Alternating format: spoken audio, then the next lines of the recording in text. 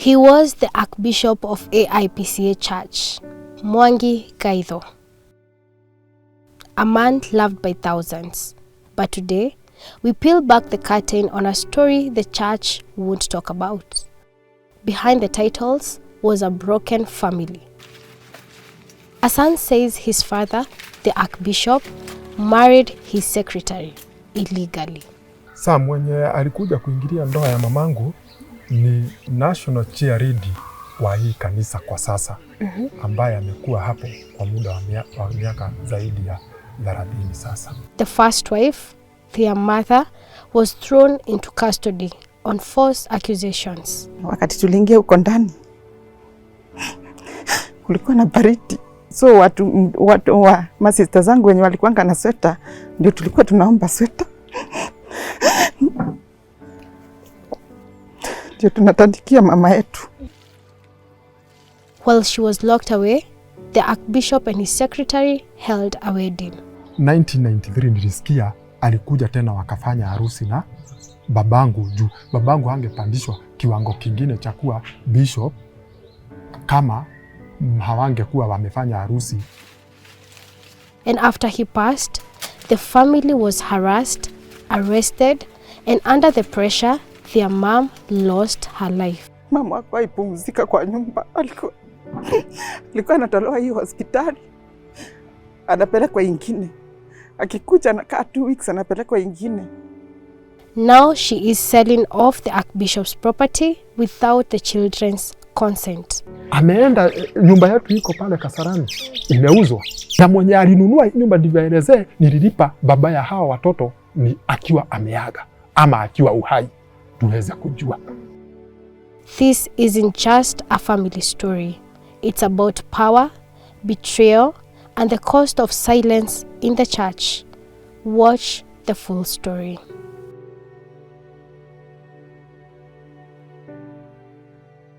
Mimi naitwa John Ndekei Mwangi, jana wa aliyekuwa askofu mkuu wa kanisa la AIPCA.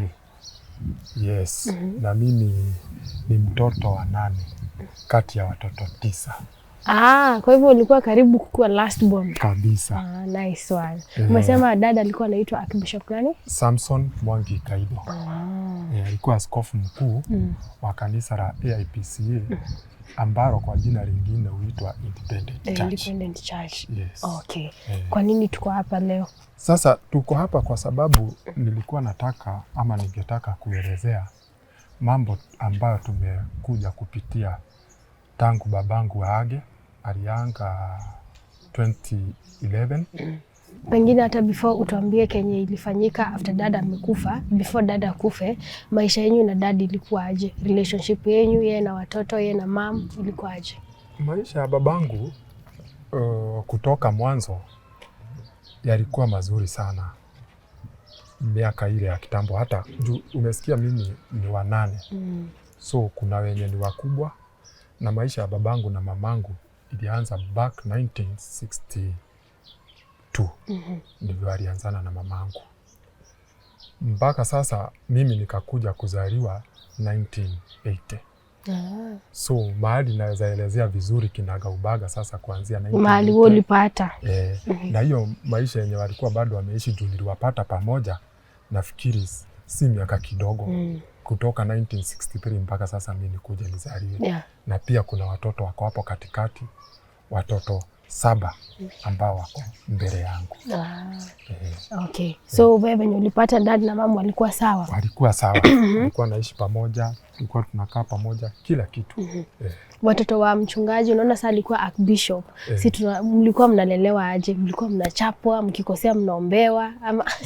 Sasa wengi wanasikia Archbishop, askofu mkuu.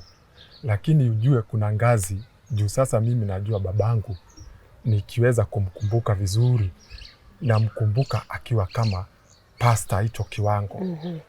So hizi ngazi zingine babangu amekuja kupanda nikiwa tunamuona tukienda na yeye kanisani. Nini hiyo yenye ilifanyika sasa baadaye yenye imefanya mpaka leo ukasema lazima uongee? Ndoa ya mamangu ilikuja ikaingiliwa. Saa mwenye alikuja kuingilia ndoa ya mamangu ni national chairlady wa hii kanisa kwa sasa, ambaye amekuwa hapo kwa muda wa miaka zaidi ya 30 sasa. Yes. Wakati huo pengine unaweza tuelezea alikuwa kiwango kipi katika kanisa, na walipatana aje na baba yenu, na pia nyinyi mlikuja aje kugundua kwamba kuna mtu ambaye sasa si mom tu na dad, kuna third party? Wakati ule it was back 1989. 89 ni hivi Julai ama June kuelekea hivyo, tukikuja 1990. So wakati ule babangu walikuwa wamefungua kampuni ya kuuza mashamba mahali kunaitwa Ruisambo. Kampuni yenyewe mpaka wa leo huwa. So babangu alikuwa na mzee mmoja, wakashikana, wakanunua hiyo shamba, wakaanza kuuza. So huyu mama ambaye nasema ni chairlady, national chairlady wa AIPCA, alikuja kwa hiyo ofisi kama secretary. Okay. So wakati ule alikuja kama secretary, akawa anafanya kazi pale. Hapo sasa ndipo mwanzo wa kupatana na babangu ilianza. Na usisahau hata wakipatana na babangu bado alikuwa Archbishop. Hakuwa archbishop, lakini wakati ule alikuwa as deacon kulingana na zile ngazi za kanisa, deacon. Kama anaelekea kuwa bishop. Juu kuna bishop, archbishop sasa. So wamepatana na huyu secretary, amemwandika kazi kama secretary. Amemwandika kazi na walikuwa secretary 3, mmoja akaenda. So wakabaki 2, ambapo hata huyo mmoja mwenye alikuweko bado yuko. Na sasa huyu ambaye alikuja sasa akaanza kuingilia ndoa ya mamangu. Ndio. Okay. So nini ilifanya mwanza kugundua ni kama huyu si secretary tu, ni kama kuna kitu beyond her working for dad? Ndivyo tukuja tugundue. Wakati ule mwenye walikuwa wameshirikiana na babangu kununua hiyo shamba, wakakatakata ikawa ni plots, wakaanza kuuza. Aliweza kupea babangu shamba nyingine juu kulingana na ile maisha sisi tulikuwa wakati ule, sisi tulikuwa tunaishi ama miaka ile babangu alikuwa anaishi Majengo Githurai, na Majengo haikuwa ati mahali mtu anasema ni kwake. So nikasikia mamangu akiambia dada zangu wakubwa kuwa yule mfanyikazi wa babangu pale kwa ofisi anaharibu ndoa yake. So nilisikia tu kwa fununu na mamangu, na juu bado nilikuwa mdogo kiasi, so sikuwa nashughulika, na nikasikia so wakiongea hiyo maneno. Na mimi juu nilikuwa namjua, juu nilikuwa tunaenda kwa hiyo ofisi nampata hapo. So mimi nilidhania tu ni mambo ya kuongewa, mambo ifanye nini, ipite tu. So ndivyo sasa tukuje ama mimi nikuje nijue vizuri kabisa ati hii mambo ni inakaa ni kama iko serious somehow. Mamangu tukuje sasa tuhamie kule Orkarau juu nyumba imemalizika. Mamangu alisema tusihame kwa sababu alijua labda tukienda kule Orkarau, ile mimi kitu sikuwa najua ni kuwa labda ndoa yake itaharibika zaidi, itaisha kabisa. Nami ama sisi watoto wetu ambao tulikuwa wadogo tulikuwa tunafurahia kwenda wapi? Ushago. Siku ya kwenda ushago mamangu hakwenda.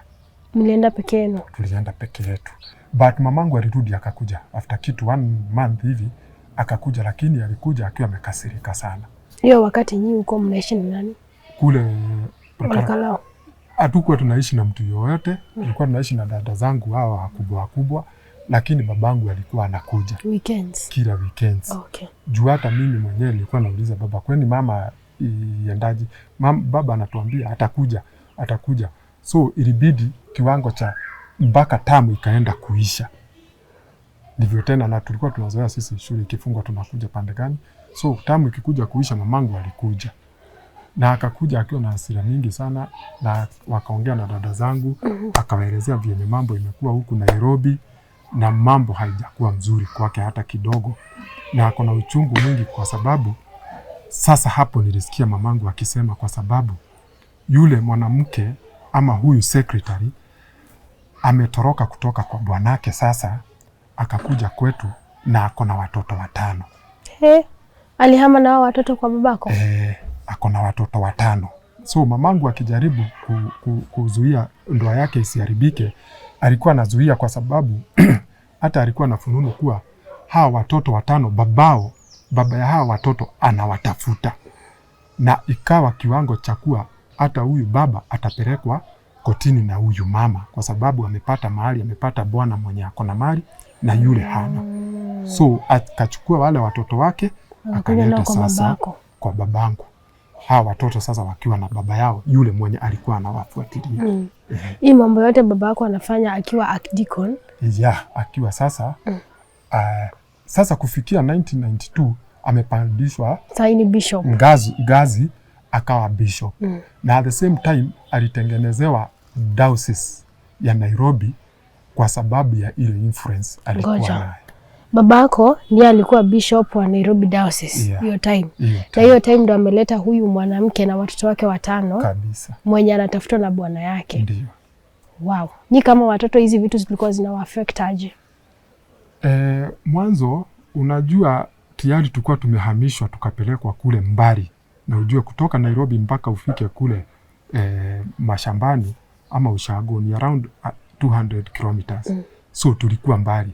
Ile uchungu sasa ilikuwa inapitia. Leo hii mimi huwa najaribu kujiweka kwa hicho kiatu, ni mamangu ndio alikuwa anaisikizia. So mimi sasa leo hii huwa namuona mamangu yale aliyokuwa akiyapitia. Sasa mimi nataka kujua after hii mahusiano yote huyu asha moving kwa babako, steps gani babako watatake na huyu mpenzi wake mpya? So huyu mama sasa akaingia kwetu, na ndivyo sasa aingie hasa vizuri, na hata sasa watu waweze kumjua hata kwa kanisa. Ilifika mwaka wa 1998 yule askofu mkuu akaaga wa hii kanisa. So babangu akiwa kama bishop aliweza kuchaguliwa akuwe bishop. Isipokuwa leo hii mimi naonanga haikuwa mambo ya uchaguzi, ni kwa sababu ya ile influence ya babangu ndio ilituma apatiwe hiyo nafasi, na ikaambiwa ni uchaguzi imefanyika. Juu wakati ule kuna watu walijiondoa na wakaenda wakatengeneza kanisa ingine ambayo inaitwa AIPCK. Kwa sababu gani? Waliona yale mambo yanatendeka hapa hayaendani na njia za kanisa. So wale walijitenga na wakaondoka na wakaenda wakatengeneza kanisa yao. So babangu akachukua ile kanisa na akawa na nguvu mingi sana, kwa sababu hata kuapishwa kwake yule aliyekuwa Rais Daniel Arap Moi alikuja mpaka Kasarani, nikiwemo hata mimi nilienda. Ndivyo sasa tujue ni kweli hii mambo iko. Mimi ama sisi na watoto wetu na watu wa kanisa walikuwa nasubiria, wale wanaamini ukweli walikuwa nasubiria mamangu asimamishwe kama bibi ya bishop mpya. Lakini wakati ule mamangu hakusimamishwa. Mwenye alisimamishwa sasa ni huyu mama. Na kukawa na fununu mingi sana. Ngoja, kama venye president anakuanga akiapishwa, kama juzi venye tuliangalia ile ya juzi venye ilikuwa president na bibi yake. Ndiyo. Sasa hii ilikuwa ni babako. Sasa ni babangu. Na huyu sasa secretary mwenye amekuja kuwa kama mke wake quote on quote. Mamako hii wakati amekaa wapi? Mamangu hakuweza kukuja wakati huo, lakini sisi watoto wake tulienda na tukashangaa sana na hii mambo. Mbona imeenda hivyo? So alisimamishwa. Na wakati huo sasa ndio watu wengi wenye wanaamini ama wanajua anakuja kanisa kwa maombi, wengi waliondoka kwa kanisa. Wakasema mambo ambayo imetendeka sisi hatukubaliani nayo hata kidogo. Kwa sababu rais alikuwa amekuja na akasema hili kundi la Archbishop Gaidho ndilo serikali inajua, so ilibidi wala waondoke. So kuanzia sasa hapo yule mama akawa sasa yeye ndio national chairlady wa kanisa. From that moment. Sasa akachukua hilo jukumu kama yeye ni national chairlady wa hii kanisa. Kuna kitu mtu pengine anatazama atajiuliza, before at this point yenye anakuwa proclaimed as the national chairlady wa kanisa, juu babako amekuwa bishop, ameolewa legally? Mwanzo kuna kwenye alikuwa amefanya harusi. Iko ule bwana mwingine yule bwana mwenye alikuwa anamtafuta, na alikuwa anataka watoto wake, yenye ilikuwa inatuma mamangu aumwe sana na uchungu mwingi sana. Hawa watoto 5 alikuwa amefanya harusi kule. So wakati huo wa 1993 nilisikia alikuja tena wakafanya harusi na babangu, juu babangu angepandishwa kiwango kingine cha kuwa bishop kama hawangekuwa wamefanya harusi na mamangu. Kwa hivyo kenye unatueleza ni eti mamako na babako wako wamefanya harusi. Babangu ndivyo apandishwe awe deacon. Pale back 1979 walikuwa wamefanya harusi na mamangu. Okay. Na nikisema hivyo ni kwa sababu wakati huo kuna picha ambayo nilikuwa naiona na nilikuwa naelezewa mpaka na dada zangu na mama zangu kwa wakati huo akifanya, ilikuwa 1979 December mamangu akifanya harusi na babangu ndivyo aweze kuapishwa kuwa pastor na deacon, aingie kiwango cha deacon. Okay, kwa hivyo mama alikuwa ameolewa na dada. Alikuwa ameolewa legally. So hii time nyingine na huyu secretary. Sasa hapa venye hii harusi ilikuja tena ikafanyika harusi ya pili, na harusi ya mamangu haikumalizwa. Na bado haja divorce kwa system. Ndio sasa sijawahi elewa mpaka wa leo nini hasa iliendelea hapo. Na sasa hiyo ndio sielewangi na ningependa kuelewa hiyo maneno venye ilienda. Hii wakati wakifanya harusi mama kwa wapi? Mamangu leo hii ndivyo niliambiwa, wakati mamangu alitoka kule tukamkosa zaidi ya miezi 3. Alikuwa amekuja Nairobi kupambana na hii maneno yenye ilikuwa sasa inaendelea. Na nikakuja nikaambiwa mamangu alipata mambo mengi sana mabaya, juu nilisikia ati mpaka alishikwa akawekwa ndani kwenye sijai jua ni ndani wapi, ni station gani na venye iliendelea. Akaekelewa vitu za uongo, akashikwa ndivyo harusi iendelee. Lakini wenye walikuja sasa kunielezea waliniambia hii harusi ilifanyika kama watu wamejificha, babako kama wamejificha na huyu mama wa kanisa kule kanisa la Mathare 4A. Kwa hivyo hata hii kulingana na protocol za kanisa ama morals za kanisa, hii ni kitu yenye ifai kuwa inafanyika. Haiko inafaa kufanyika. Lakini hata kanisa ingine imekubali kwenda kuofficiate harusi ya babako na mwanamke mwingine wakati hata mamako amefungiwa jela mahali kwa makosa yenye haijulikani. Yenye amezingiziwa. Kwa hii ndoa watakaa for how long? Sasa mama venye alirudi na baba ishagundulika ameoa officially, now the new secretary amemuoa na ni kama wameshaanza kumove on. Ninyi maisha yenu itabadilika kule nyumbani ama? Haitabadilika. Ile kitu ilifanyika by the way, hata ndivyo sasa hii mambo itulie. Babangu alianza kujengea mamangu nyumba kule mashambani. Lakini hasira za mamangu ilibidi asikizwe sasa na watoto wetu. Walikuja wakaelezea mama, wakamwambia mama, hatutaki kukupoteza kwa sababu ya stress na nini. Na umeona baba ameanza kukujengea nyumba hapa. Wanaume huoa na huwa wanafanya venye wanataka. Kwa sasa zile nguvu baba ako nazo unaweza wachana na yeye, na haja kila mwanamke na ndoto yake ni kuwa na watoto wake wamelewa vizuri na wamekaa maisha mzuri. Hayo ni mambo ambayo ndugu yangu ule mkubwa nilisikia akiambia mamangu.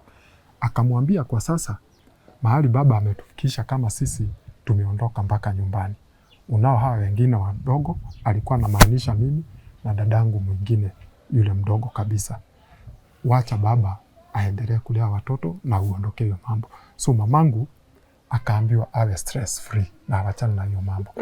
Hapo sasa ndivyo sasa nilianza kuona hawa watoto wake uso kwa uso. Sasa tukawa tunaonana moja kwa moja na kuwajua majina. Mlikuwa mna relate aje? Wakati ule hakukuwa na ubaya, kulikuwa na heshima mingi sana. Unajua sasa baba yuko hapo na chenye tunataka sisi ni baba yetu, nyumba tunajua ni ya baba yetu, na bado walikuwa na heshima mingi juu wao walikuwa wanaangalia na upande mwingine, wanajua usi baba wao, si baba yao, wao ni kuja wamekuja. So walikuwa wanatupatia nafasi ya kwanza hata tukitaka kitu kutoka kwa baba yetu. Sasa ule mama Ken amehamia kwa dad Kamakis. Ndio. Itafikiaje mpaka dad aanze kuwa mgonjwa mpaka akakuwa saa yuko kwa picture? So wakati ule wakati sasa kumehamiwa kule Ruiru, tumekuwa tukikaa vizuri wakiwa na heshima na sisi. Babangu ilifika yenye naweza kumbuka vizuri 208 alituita juu nakumbuka yeye alinipigia simu nikiwa Mombasa. Akaniambia na ninawahitaji nyinyi nyote na ndugu zako na dada zako, nataka tuonane. So mzee akisema hivyo, bado alikuwa na tuita, lakini wakati huu aliniongeleshea mimi mwenyewe akaniambia unasikia, na akatopea date. Nilipata dada zangu kama 3 huko wakipika nini, tukarudi sasa. Nilifika mapema, tukaanza kuchinja. Mzee akasema kuna mbuzi. So wakati tulikula vizuri nini, ikafika kitu masaa kama ya saa 8. So wengine wameingia na wameingia wengine na watoto wao. Mzee akasema kujeni, nataka kuongea na nyinyi. So tuliketi kwa nyumba tukiwa sisi zote. Sasa sisi wote tulikuwa, wakati huo tulikuwa 8, mmoja hakuwa ako ng'ambo, tukawa 8, yeye hakuwa huyo msichana. So mzee akatuelezea, akatuambia sababu ya niwaite kama watoto wangu, na watoto wa huyu mama hawakuwa. Lakini mama alikuwa ameketi next to my father. Hapo kuna kiti babangu alikuwa anakalia, so na yeye alikuwa na tabia kukaa tu karibu na yeye. So mzee akatuambia ile kitu imetuma niwaite, nilikuwa nawaita kwa sababu mimi niko na ugonjwa. Na hii ugonjwa nimeenda hospitali na nimepimwa na ikaonekana imenisukuma. Na hata siku hizi siendangi sana. Siku hizi hata nashindanga huku nyumbani. So na ugonjwa yenyewe ni kansa. Ya wapi? Prostate cancer. So wakati alisema hivyo, wengine walianza kulia. Lakini mzee akaongea hiyo maneno akaipeleka. Aliongea almost kitu 30 minutes kama tu tunamsikiza. So wengine wakamtakia kupona haraka, lakini mzee akatuambia hii ugonjwa ni ngumu sana kufanya nini, na ndio sababu nimewaita niwaelezee hivyo. So mzee hakuongea maneno mengine mingi, na tukaendelea kukula na nini. So watu wakitoka kule walikuja, na mimi mmoja nilijulia hapo mzee ako na hiyo ugonjwa, na akatuambia amekuwa akienda hospitali, lakini wakati sasa amepimwa na ikadhibitishwa ndio ameona aelezea watoto wake. So sijui kama alielezea watoto wa yule mama kivyao, juu sasa sisi alituita mama akiwa hapo huyo. Na wakati huo mimi sasa hasa mamangu hakuwa hapo, alikuwa mashambani. Uko Olkalao?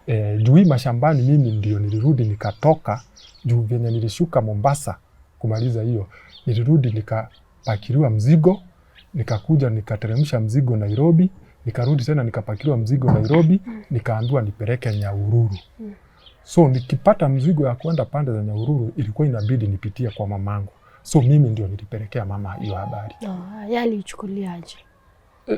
Unajua sasa mama na yeye pia aliniuliza ni ugonjwa gani, so kumwelezea hiyo ugonjwa ilikuwa ngumu.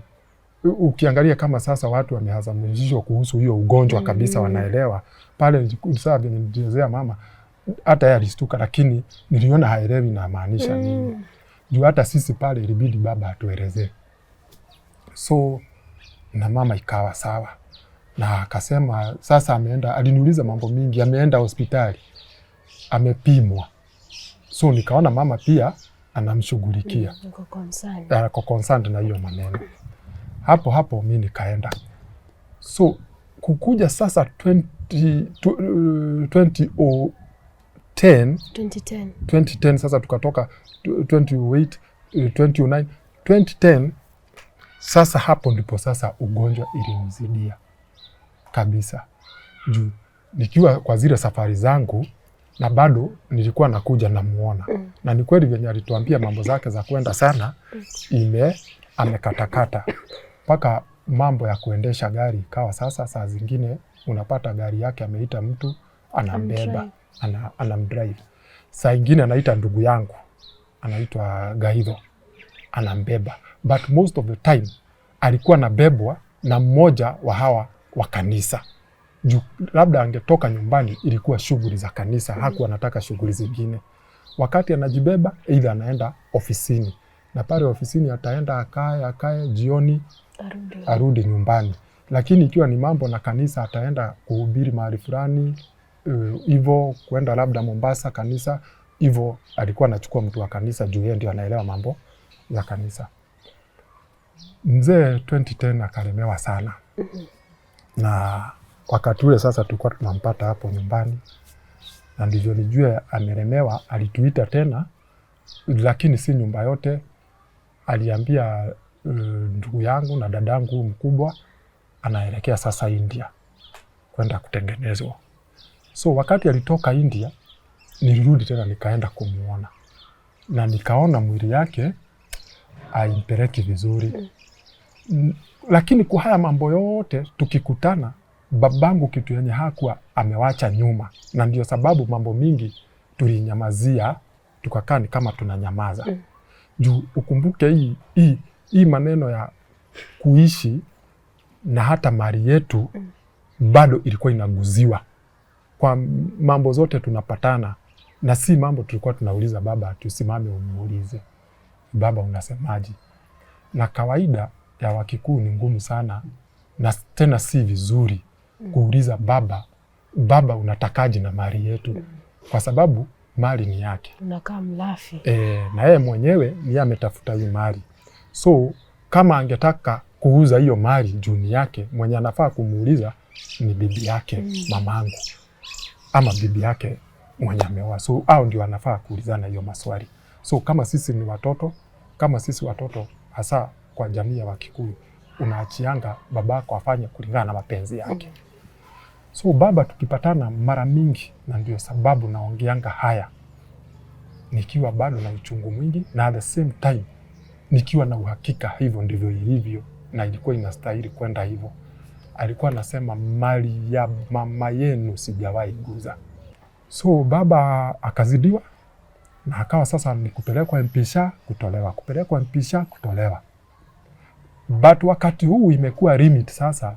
Kuna wakati utaenda ukitaka kuona baba, huyu mama anakuambia amelala. Unashindwa sasa, baba amelala na nimetoka mbali, itakuwaje?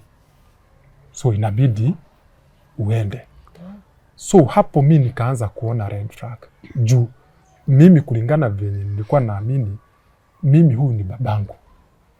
Na akiwa babangu, hata awe mgonjwa kiasi gani, hakuna mtu anafaa kunizuilia nimuone babangu ndio huyu. Kwa sababu mimi ni legit son, na at the same time mimi ni biological son ya huyu mzee. So nilienda kama safari mbili, na nikakuja nikaambia dadangu hivyo, dada zangu 3. Nikawaambia na nimeenda nyumbani na nimeambiwa baba amelala. Na kuna wakati nilikuwa tena nimetoka safari, nikasema acha nikimbie nione baba dakika kidogo nirudi na safari, niendelee na safari yangu. Nikaambiwa baba. So dada zangu waliniambia, kwa hivyo hata sisi tunadanganya. Unajua tunasemanga juu baba, tunafikirianga nyinyi ama wewe unaweza enda hapo muone kwa sababu wewe ni kijana, utaruhusiwa hata ukimpata akiwa uchi ni babako na ni ugonjwa umetuma wewe. So sisi tunafikirianga, kumbe hata wao huambiwa hivyo. So kutoka hapo baba hakukaa sana. Tukasikia ako MP-SHA. Sasa tunaelekea mwezi wa 6. 2011 mwezi wa 6. Baba amelazwa huko. Tena nikienda kwa gazeti nikiwa pande za Sotik na huko Bomet, nikanunua gazeti. Mimi nilikuwa napenda sana juu baba yetu hangekaa bila gazeti kwa gari. So alikuwa amenifunza kusoma gazeti na kupenda stori za magazeti. So mimi nilikuwa nasoma gazeti sana, nilikuwa nanunua. So mimi niliona kanisa imeitana, AIPCA church imeitana kule Nyayo Stadium kwa mambo ya kuapisha Archbishop mpya, kwa sababu ni kama babangu Archbishop Samson Mwangi Gaitho ameremewa. So kanisa ilikuwa inataka a handover power. Na wakati ilitana babangu nilikuwa nimeenda kule MP Shah, tukiwa naye kwa kitanda nikapata akona maumivu mingi sana. Juu hata alikuwa amefungwa kwa kitanda juu, akiwekwa oxygen anatoa juu ya uchungu. So nikashindwa, babangu na ile uchungu akonayo ataweza kwenda kule? So babangu alienda tarehe 1 mwezi wa 7. Alichukuliwa kwa nyumba akapelekwa kule. Hata kuhand over hiyo babangu hakutoka kama ameinua kichwa. Alikuwa tu ameinama, na mimi at the same time si kwenda, nilikuwa kazini. So wakati nilikuja nikaambiwa tena after 2 to 3 days kukasemekana hapana, mzee yuko nyumbani. So mimi venye nilikuja nyumbani nikapata mzee yuko, hata hatu kuongea venye nilimuona, nikarudi nikaenda. Nikimaanisha kuongea, hatu kuongea maneno mengi, lakini niliweza kumuuliza venye anaendelea. Akaniambia naendelea, lakini ugonjwa imenilemea. Na dada zangu walikuwa wameniambia walikuwa huko tu. So after another kitu 3 days babangu alichukuliwa akarudishwa Pisha. Na hakuna mtu wetu aliambiwa. Kukaa about 3 days, kuna ndugu yangu alienda kuangalia baba, akampata hayuko. Na ndivyo sasa ajue hayuko, alipata hakupata yule mama na hakupata watoto wa mama, alipata wafanyikazi. Wakamwambia mzee kutoka juzi hayuko huku, alichukuliwa hapa akapelekwa hospitali na alikuwa amezidiwa. So yule ndugu yangu alipigia dada zangu simu, juu sisi wengi huwa tunaishi huku Kahawa West, juu ndiko tulikuwa tumezaliwa na nini. So akampigia simu akamwambia baba nasikia alipelekwa hospitali. So dada zangu walitoka huku wakaelekea wapi? Ikawa kiwango cha kuuliza, na nilisikia wakati walienda kule hawakuruhusiwa kuingia kwa ward kumuona. So ikawa sasa waliuliza, mbona baba mnampeleka hospitali na hata hamtuambii? Lazima tukuje pale ndivyo tujue hayuko. Kwa nini? So na pale kuna wazee wa kanisa walikuwa pale. Nilirudi hiyo asubuhi yake, nikapigiwa simu na dadangu. Akaniambia ndugu yangu, uko wapi? Nikamwambia niko Eldamaravini. Sasa mambo yameharibika. Nikamuuliza ni nini imekuwa? Alinipigia nafikiri tarehe 13 mwezi wa 7 hiyo 2011. Akaniambia mzee ameaga. Aliniambia aliaga. Nikamwambia hayuko. Na ako wapi? Akaniambia ako hospitali, na hata venye aliletwa hospitali sisi hatukuambiwa, ni tumeng'ang'ana kujua yuko huku. Lakini sasa tumetangaziwa hayuko. So mimi nikiwa kule sikuwa nimepakiliwa mzigo. Nilikuwa nabeba mzigo ya maziwa. Milk. Raw milk kwa tank. So nikaambia mwenye alikuwa ananipakilia mzigo, nikamuuliza sasa hapa nimepatwa na msiba, sijui tutafanya namna gani. Akaniambia sasa unaonaje? Nikamwambia mimi kulingana venye mambo ilivyo itabidi niende nyumbani kama hautaweza kuniwekea mzigo leo. Akaniambia hata leo sitakuwekea mzigo, ila kesho. Nikamwambia acha nipangilie venye naweza pata driver mwingine akuje achukue hii gari kama mimi mwanzo nimeondoka. So niliondoka na nikapigia mwenye gari nikamwelezea, nikatumanishiwa dereva huko. So mimi nilifika jioni. Kufika jioni nikaambiwa sasa hata mwili ya mzee imepelekwa mochari, imebadilishwa mochari ikapelekwa Monarisa. So iko hivyo. Mimi nikarudi na nyumbani sasa kukuja kulala na huku Kahawa West. Kakuja nikalala. Na wakati sasa mimi niliambiwa imepelekwa, Niliuliza imepelekwa na nani, nilikuwa nafikiria sasa ndugu yangu. Kaambiwa hapana, hata mambo yenye imekuwa hapa kabla hiyo mwili ipelekwe, kulikuwa na mambo zingine hazieleweki. Juu hata vyenye mwili imechukuliwa ndivyo ipelekwe, sisi tulikuwa tunawekwa ni kama tunaondolewa. Nikauliza sasa kina nani? Hapana, kulikuwa na wazee wa kanisa na mama, ni kama kuna kitu inaendelea hapa. Ule mama Ken. Huyu mama Ken sasa, huyu national chairman wa kanisa ya AIPCA. Ni kama kuna mambo ilikuwa inaendelea hapa na ni kama anazingirwa na hawa wazee wa kanisa, hasa wengi walikuwa mabishop hapo. Lakini unaona wakati huo hawajavaa zile nguo kansu na nini. So mimi vyenye sasa nilielezewa, nikakuja nikasema nitataka kujionea, na nikauliza na sasa baba, mwili imeandikishwa nani hasa huko kwenye imepelekwa? Nikaambiwa kijana yake ndio alikuja, na mwanzo baba ndivyo apate hii shida yote. Huyu kijana hakuwa, alikuwa UK. So ni kama aliitwa wakati ilijulikana baba sasa ako karibu, kulingana vyenye walimpi kijana. Naonanga ndivyo aliitwa, akaambiwa njoo haraka haraka. Kijana akaingia. So ni yeye alienda akaekesha hiyo mwili kule juu. Ni kiwango nilienda mpaka Mona Lisa mimi mwenyewe the foreign day. Nilienda mpaka huko na nikaona kweli jina ndio imeandikwa hapo ya kijana ya huyu mama. But niliuliza ndugu yangu wakati nilienda huko. Mwanzo vyenye nilikuja nikalala sasa asubuhi yake. Kumbe mambo yalikuwa yamekimbia kuliko vyenye sisi tulikuwa tumefikiria. Sisi biological sons and daughters ya huyu Bishop Samson Mwangi Gaitho. Kwa sababu dadangu alirudi, nikamuuliza wakati alipigia simu kunijulisha kuwa mzee ameaga. Nilimuuliza na mmeelezea mama hii maneno. Dadangu akaniambia hatujaelezea mama, si umuelezee. Amini vyenye aliniambia, kwa sababu mimi mamangu tulikuwa tunasikizana sana. So nilijua amenipatia hiyo jukumu juu amejua nikienda kuelezea mama nitajua venye nitaihandle. So wakati mimi nilikuja sikuelezea mama hiyo usiku. Nililala ndivyo asubuhi nielezee mama hiyo maneno. But unfortunately wakati nilikuwa kwa kitanda, hata kama sijaamuka kitu masaa saa 1. So unaona sisi tunaishi huku Kahawa West. Na baba miaka mingi sana tumeishi huku, na hasa walianzia maisha yao na mama kule Githurai. 44 katikati ya 44 45 hapo Majengo. So watu wengi walikuwa wanajua baba vizuri sana. Jamaa mmoja akanipigia simu ndio iliniamsha. Akaniuliza, Ndekei John, sasa poa sana. So nilikuwa namjua.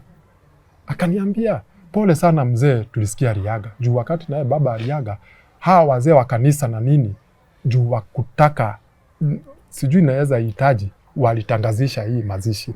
Akasema askofu mkuu wa kanisa la AIPCA ameaga. So watu wengi walisikia juu ilitangazwa kwa ile redio ya vernacular ya Wakikuyu.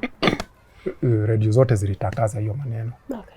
So yule mzee akaniambia pole sana, nilisikia mzee alikufa. Lakini niko hapa kwa magazeti na hata ndivyo nimeona picha ya babako. Na nikasoma, na kwani Mathe yuko wapi? Mathe alikuwa anamaanisha mamangu. So ilikuwa kwa obituary. Akaniambia kwani mama kwa wapi? Mathe ako wapi? Unaona sasa ile maneno yule ananipea mimi, ameniamsha kwa usingizi.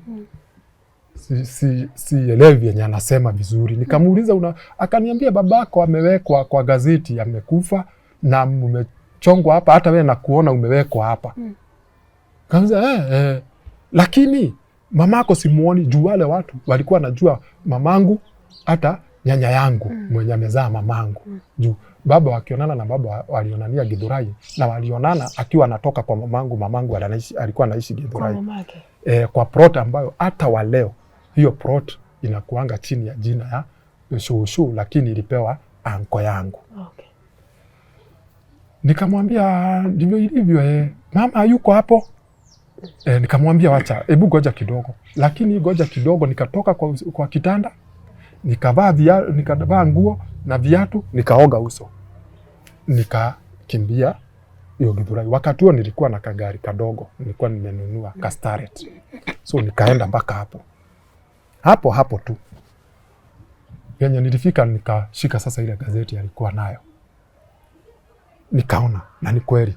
So nilikuwa na interest kusoma hawa ni kina nani wamewekwa hapa. Nikapata imepangwa na kweli imepangwa, babangu amezaliwa ni watoto wao, nikaona ni ukweli nini. Lakini ikifika mamangu hayuko. Ikasomwa hata mimi nikaona niko. Lakini nikapigia sasa dada yangu. Huyu mwenye alinipigia simu kunitoa kule. Nikamuuliza, kwani kunaenda namna gani? Huyu dadangu ni wa 3. So sikupigia yule mkubwa. Nikamuuliza, kwani kunaenda namna gani? Mamangu hayuko hapa kwa gazeti. Kwa nini hajawe? Kaniambia sisi hata hatujaona, hata kwani nani ameamkia asubuhi? Baba alikufa jana, hakuna kitu tumepanga. Ni nini nani huyu ameamkia? Nikamwambia sasa mambo iko mbele yetu kuliko venye tunafikiria hapa. So dadangu alinijibu na ni kweli. Kulingana venye jana tuliona hapa, kuna watu wako na baba yetu, sisi hatuna baba yetu. So nilitoka hapo nikapitia kwa dadangu wa pili, juu tuko na kuanga na kijana wa kwanza, dada yangu wa pili, nikapitia kwake. Nikamwonyesha ile gazeti. Nikarudi nikaenda wapi? Nikaenda kwa dadangu sasa, huyu anaishi Kahawa West. Kumwelezea hiyo maneno, aliniambia sasa itakuwa namna gani. But nikakumbuka sijapigia mamangu na niye mwenye hii maneno hasa hata hajaandikwa. So nilichukua simu nikapigia mamangu nikamwelezea hiyo maneno, but mamangu nilimuuliza uko wapi? Akaniambia hapana, niko njiani nikienda Olkarau Town. Kutoka Olkarau Town kwenda kwetu ni around 1.6 kilometers. So akaniambia naelekea, nimeenda miguu, nimetrek, niende nisiage unga, nataka kurudi.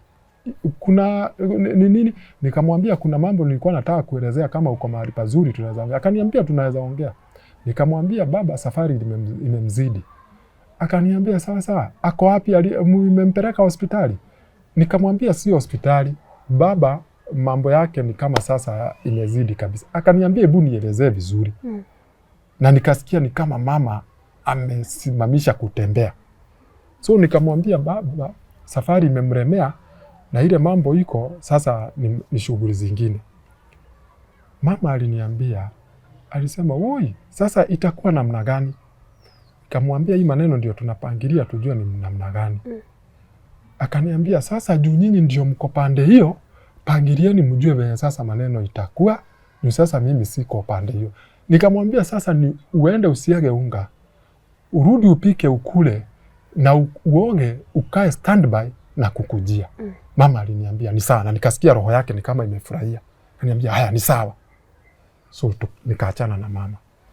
Nikaambia dadangu sasa mimi nitachukua moja kwa moja, nimeelekea mashambani. Niende mwanzo nichukue mama. Ndivyo hii maneno ni yeye mwenye, hii maneno yote hata yeye mwenyewe anaweza changia. Na mama akiwa hapa tunaweza jua what next. Nilifika Nairobi tena saa 8 ya usiku. So nilimpeleka kwa yule dadangu kule Kahawa West. Asubuhi nilikuwa na hamu nione labda hii maneno ya mamangu kutoweka kwa gazeti labda ilikuwa ni makosa, ilikuwa imekosa. Watarekebisha. Sasa ile kitu ilinichemsha na nikasikia nimeshangaa sasa zaidi. Nilipata mimi mamangu na mimi na mtoto wangu hatujahesabiwa sasa pale. So wameweka siblings wako wameweka hawa wengine. Na bado hawa wenye wanawekwa, mtu anakuambia mimi sijui. Mimi sijui hata sijakuna mahali tumekaa na mtu chini akaniuliza swali lolote. Mambo tu inaendelea, haumjui vyenye inaendelea.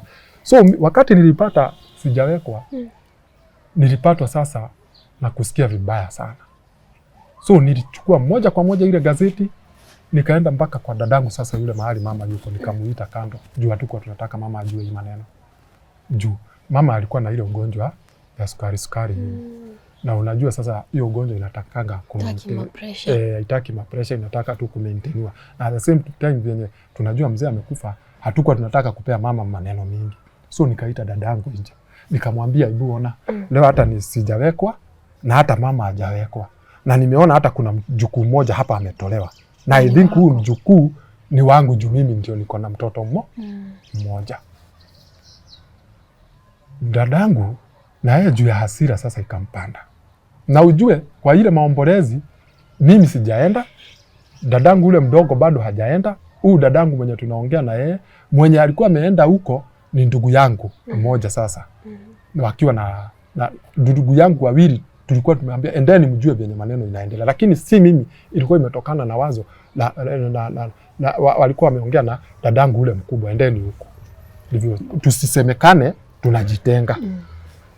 So dadangu aliniuliza na hii maneno, lakini aliongea na hasira akasema, na hii maneno si hata hii si kuna watu hata huwa mazishi yao zinasimamishwa na hii maneno ndivyo ielewana. So hiyo kitu ikainiingia, haikuwa kwa akili yangu. Nikamwambia na kama ndivyo hivyo dadangu ndivyo inafaa kwenda. Juu hapa lazima watu wakae chini. Na mwanzo mimi niko na haki ya kuteta. Mwanzo mimi nikasikia ndani yangu niko na haki ya kuteta. Hata kama mamangu hana uwezo, pia mimi nafaa kuongea. So dadangu nikamuuliza nitafanyaje ama hapa tutafanyaje? Dadangu alinisaidia akaniambia kuna mama tukiwa kwa kile kijiji cha Soweto, huyo mama alikuanga hawa watu upanga file kwa mahakama. Okay. Hizi zikitoka huku zinaambiwa zipangwe hapa. So alikuwa anatujua miaka mingi sana. Hata nikiwa mdogo, nikizaliwa aliniona. So dadangu akasema huyo mama, hebu nimpigie simu nimuulize ako wapi. Lakini ndivyo apate namba yake ya simu, ilibidi apigie watu wawili watatu ndivyo wampatie hiyo namba, juu hakuwa nayo. Wakati ule mama alipigiwa, kitu ya kwanza hata ilikuwa pole. Akasema mzee nilisikia na ninajipanga ndivyo nikuje tushirikia. Akaambiwa hapana, hapa kuna shida. So akamuelezea. Tuuliza sasa, mimi sasa nikapatiwa simu niongee naye. Nikamwambia iko hivi na hivi na hivi na hivi. Kaniambia hiyo si ni kitu kidogo tu. Kusimamisha hiyo mazishi kwanza muelewane. Mkielewana baba azikwe. Haina shida. Sawa sawa. So alituambia endeni Kiambu. Nikamwambia sisi hatujui maneno ya Roya, hatujai. Roya inaendanga aje, akatuambia hapo ni Roya aende tu kotini asimamishe. So akatuambia Kiambu niko na Roya mzuri huko, endeni huko muongee na huyo Roya ni mama. Hivyo ndivyo tulifanya. Unaona sasa niyo asubuhi nikaweka mama kwa gari yangu, dadangu na yule sasa mdogo Rustborn. Juu alikuwa amekodishiwa nyumba na babangu hiyo area. So alikuja kusikiza hii maneno na kusalimia mpaka mamake. Tukaenda Kiambu. Tulienda Kiambu na tulikaa kabla, juu tulipata wakili ashaingia kotini kule mahakamani. So wakati alitoka masaa saa 8, wakili akatuambia, ni nyinyi. Nilikuwa nimeambiwa maneno yenu, sasa nipeni maneno. Wakati tulimwelezea na nikamtolea gazeti vyenye imekuwa ndio hii. Wakili akatuambia, hii maneno natakanga maneno kama hii. Akatuuliza maswali, imekuwa hivi, ni nani huyu, ni mama? Akajaza. So wakili chenye aliitisha hapo juu ya meza, akatuambia fee iko hivi na hivi. Nilitoa kwa mfuko yangu juu nilikuwa na hizo pesa. Nikampatia.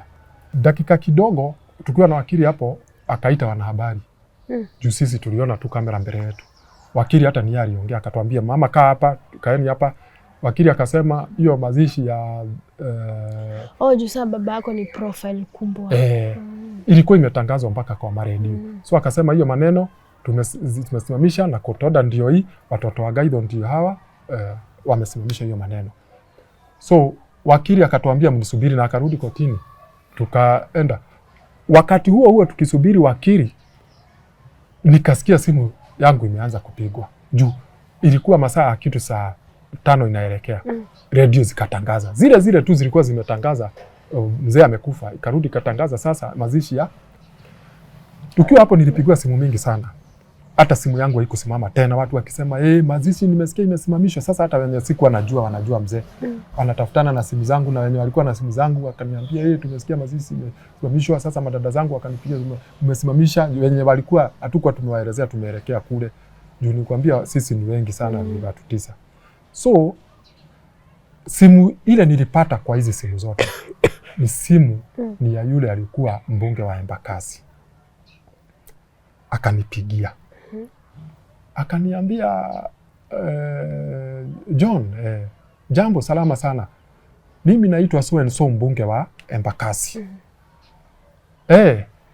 Na sasa nilikuwa nataka kukuona saa hii. Sasa ujue ni kitu kama 30 to 1 hour imeisha kutoka ile press conference na mambo imetangazwa na imeanza sasa kutangazwa na kuambiwa hiyo mazishi imesimamishwa. Kuna mazishi aina hiyo na watu sasa wametake interest. Ni nini inaendelea? Ni nani na bibia huyu tunajua ni yule na kumesemekana bibi amesimamisha. So hapa kuna watu aina mbili. Watu wa kitambo kwa hii kanisa wanajua mamangu na watu wengi wanajua mamangu. Lakini yule wa pili anazingirwa na kanisa wakitaka watu wamjue yeye. So hapo ikawa sasa shida imeingia. Pia kanisa inampigania. So wakati sasa tukiwa huko, huyu mwenye alinipigia akaniambia ni mbunge wa Embakasi, akaniambia nataka kuniona. Niliambia wakili hapa kuna mtu so alijitaja mpaka majina yote. Anasema anataka kuniona. Wakili akaniambia simwambie akuje. Kila kitu tutafanya. Mwenye anataka hiyo maneno tumemaliza, akuje asemee hiyo maneno, aambie mahakama hiyo maneno ako nayo. Juu hata sisi tuko na malilio kwa hiyo koti. After 1 hour ile simu tu ikanipigia. Akaniambia niko hapa Kiambu. Ujue alikuwa mbunge wa Embakasi na at the same time assistant minister. Kwa serikali ya Mwai Kibaki. Mheshimiwa Mwai Kibaki yule alikuwa rais. So na mimi wakati aliniambia hivyo na wakili akaniambia mwambie akuje. Nilipigia watoto wetu. Nikamwambia sasa mpiganie simu mkuje, kuna mtu anasema hapa anataka kuniona, anastaki anione mimi. Nataka afisiane na nyinyi kama familia. Wakati huo sasa watoto wetu wakakuja pande za wapi na at the same time unaona radio ilikuwa imetangaza. So wakakuja, akikuja alipata karibu watu 7 wameingia. So nikaelezea wakili amekuja. Alipata watoto wetu wameingia. Sasa wote walikuwa hapo. Hapo ndipo sasa nilijulia ati hii mazishi na watoto wetu wakajua ati hii mazishi na kifo ya baba yetu imechukuliwa sasa na watu wengine na sisi hakuna mahali tunahesabiwa. Juu huyu assistant minister alikuja na maneno ya Ndekei, mbona unasimamisha mazishi na mpaka rais anakuja kwa hii mazishi? Mbona unataka kuleta aibu? Ikawa ni kama nataka kunigombanisha. Nikamwambia mimi, dadangu mwanzo alimwambia, unawezaje gombanisha mtoto wa huyu mzee? Kwa nini? Kwani hata wewe hauna heshima? Unagombanisha huyu kwa nini? Akauliza hapana. Si nimesikia ati yeye ndio anapinga. Akaambia na dadangu, ungemuuliza yeye ni nani ndivyo aende asimamishe. Na usifikirie yeye ndio amesimamisha, ni mpaka mamake ako hapa. Na mimi ujue ni mmoja wa watoto wa huyu mzee. Sasa huyu mbunge akakaa ni kama amekuwa na doubts, akatuangalia. Huyu mbunge mliwahi muona akiwa na mahusiano na baba yenu kabla kufa? Kabla ya babangu kukufa hapana, hakuna mahali tulikuwa. Kwa hivyo hii ndo mara ya kwanza mnamsikia. Sasa mimi namsikiria hapo. Sasa akikuja nini? Akasema na unajua, sasa akaambia dadangu, na unajua rais anakuja. Mimi mwenyewe ndio nilimwambia mwenye amekufa ni babangu. So kuniambia maneno ya rais, sasa hiyo hatutaelewana. Akaniambia shida yako ni nini? Akaambia na dadangu, wacha kuuliza ndugu yangu kumuuzia uoga shida yake ni nini. Tuulize shida yetu ni nini. So hata kabla ongea nikatoa gazeti moja kati ya hizi magazeti. Hizi magazeti nimeziweka for 14 good years. Nikamuuliza bwana waziri, nataka usome hii gazeti ukuje unielezee kama ni haki nimetendewa mimi. Moja ni nilimpatia. Kama ni haki na usome kama jina yangu iko hapo. Akatuuliza na sasa nyinyi ni kina nani hasa? So venye aliuliza hivyo tulimtajia. Nikamwambia mimi naitwa John Dekei Mwangi. Na mimi ni kulingana na mila na desturi ya Wakikuyu. Juu hata yeye alikuwa Mkikuyu. Nimenimiwa after the first born ya babangu. Nikamwonyesha mwingine hapo, nikamwambia uliza yule jina yake. Akasema mimi naitwa Gideon Gaitho. Nikamwambia na yeye huyu mzee amekufa naitwa nani? Hapo sasa akaenda chini. So yeye alikuwa amekuja kukuambia usisimamishe mazishi. Alikuwa sasa ni kama alikuwa ameamua nimekuja mapambano. Na ni kama alikuwa ameambiwa ni strangers wanafanya hiyo kazi. Huyu mkubwa nikamwambia usome kwa hiyo gazeti ukute kuna mtu anaitwa Susan Wanja hapo anaambiwa ndio amezaa huyu mzee kwa gazeti. Hiyo jina ndio hii. Na mwenye amekutuma sasa ni mimi nilimwambia na mwenye amekutuma amekudanganya. So ukuje uulize vizuri vyenye mambo ilivyo. So wakati huo na yeye nikaona ametake sasa time. Akauliza na hii maneno kwani inaendaje juu naona ni kama mimi siko ndani ya hii maneno. So tulimuelezea, kaambiwa huyu ni mamangu na nini. Wakati aliona mamangu na akarudi akasema mahali sasa hata sisi tulikubali sasa tunaweza elewana. Alituambia na ni kweli naona mnafanana na huyu mzee. Na pia huyu mzee nilikuwa nimeshindwa huyu mzee miaka yake kama anaweza kuwa na yule mama mwenye amenituma hapa. So alichukua simu yake. Akapiga simu nikasikia akisema, "Wewe lazima ukuje hapa." Mimi niliweza kuelewa ni yule mama chairlady. National chairlady wa AIPCA. Na ni kama alikuwa na resist, anakataa. Juu alimwambia hapana, lazima ukuje hapa kwa sababu wewe unajua hii maneno yote tumepanga na rais atakuwa kwa hii mkutano. Na pia ujue tunataka tujue venye itakuwa juu unajua ni kutumwa nimetumwa. Mwenye alikuwa ametumana mimi nilikuja kujua baadaye ni nani. But yeye mwenye alikuwa ametumana na alikuwa mkubwa sana kwa serikali, alikuwa ametumana mimi na hao wenye wamesimamisha mazishi tuchukuliwe tupelekwe kwake, atake kujua. Juu kwao kuna zaidi ya wanawake 4 babake ameoa. Hivyo ndivyo nilikuja kuchunguza. So kusolve maneno kama hii, yeye alikuwa nataka anione ana kwa ana, aweze kujua asolve hii maneno. Huyo ndio alikuwa ametumana. Akasema juu mazishi na Junia alikuwa anapangilia ndivyo rais aende hii. Na walikuwa urafiki sana na babangu. Na ukumbuke pale mwanzo nilikwambia babangu alikuwa KANU damu. Na hata campaign ya 2002 Uhuru wakati hakupita, babangu alikuwa na kampenia. Alikuwa anapatia kanisa mwelekeo ya kuchagua Uhuru. So walikuwa urafiki. Kiwango hata nishawahi. Mimi mara yangu ya kwanza kusalimia Uhuru Kenyatta nilimsalimia kwa sababu ya babangu. Akiwa amekuja, babangu ameenda kwa ofisi yake. So na wakionana, nilikuwa najua Uhuru na mzee ni marafiki. So wakati alisikia kuna shida kwa huyu rafiki yake, alitumana. Hao wenye wamesimamisha waende waletwe. Naye huyu mwenye alikuwa ametumwa angetaka juu alikuwa anataka apate political mileage. Atikuwa nimeshikanisha hao watu na maneno imeisha sikuwapeleka kwa mkubwa. Hivyo ndivyo ilikuwa. Sasa hiyo mkutano ikaisha. Mkutano ndivyo iishe. Ilibidi kuwe na maagano na maandikiano. Tukaandikiana. Hiyo maneno ndivyo tuliandikiana juu hatungewachana hiyo. Juu hii maneno yote iko hapa. Hii maneno yote yenye tuliongea hapa. Yule mama aliitwa na akakuja. Na alikuja na jamaa mmoja. Wakakuja tukaongea. So huyu alipata makosa iko na mama kwa roho yake kulingana venye. Juu aliambia mama hapana. Kama mama ako hapa, kila kitu iko hapa. Hawa ni watoto wake. Watatengwa aje hawajui na mpaka huyu ameondolewa kwa gazeti.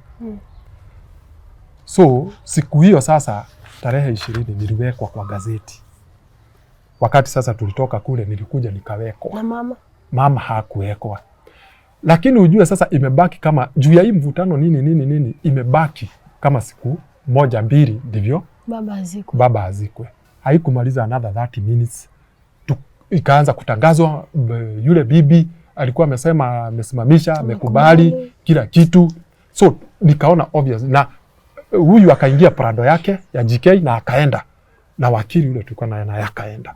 So tuliachwa hapo mahakamani hapo koti ya Kiambu tukiwa sasa na dada zetu tukaulizana what next.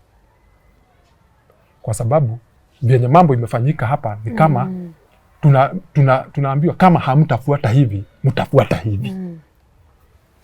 Dadangu akaniambia sasa juu tumemalizwa nguvu na umesikia sasa hapa ni kama serikali, kanisa iko against us na itaki kututambua hata njia hata moja. So serikali na kanisa ni kama ina support huyu mama Ken. Tutanyamaza. Na akaniambia my brother hapa naona tukisukumana hata tunaweza poteza maisha yetu na hasa wewe. Na heri tuwe tunakuona kuliko upoteze maisha yako. juu hata unaweza shikwa ufungiwe, ndivyo hii maneno iendelee. So nikaambia dadangu, na kuna mambo mawili matatu tuliagana hapa, mamangu apatiwe gari ya kumfacilitate aende mazishi kuanzia hapa, na ile gari ilisemekana hapa ilikuwa ile Prado babangu alikuwa anatumia. Ile kitu tutafanya, dadangu akaniambia twende, ndivyo tuone kama vyenye tumeongea hapa ndivyo itafanyika. Kufika kule tulipata mambo ingine mpya. Mahali tumezoea kukuja, unafanya venye unataka, unaenda kulala, ati wewe mambo zako, shughuli zako, hata kama ni ng'ombe zinakamuliwa mnaenda mnakamua nini, kukatakatia ng'ombe majani. Nikapata sasa kwetu kumekuwa limit. Ukiingia unaangaliwa venye unakuja na unaambiwa ukae pale.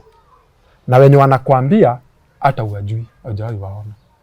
So mimi nikaambia mwenye aliniambia, wewe hapa ni nyumbani, sijui kama unanijua.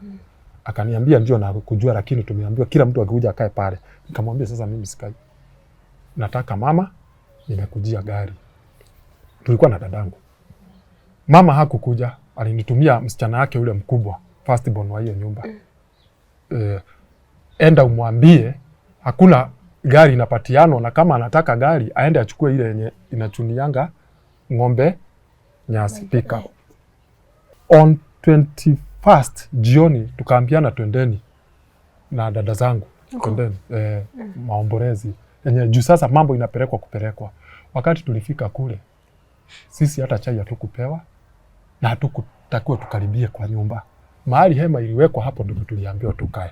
So nilikaa na kidogo huku wakati maombolezi inafanyika, mnaona bishop wenye alikuwa anafanya na babako kazi, archbishops, pastors wako hawa watambui nyinyi kama watoto wake?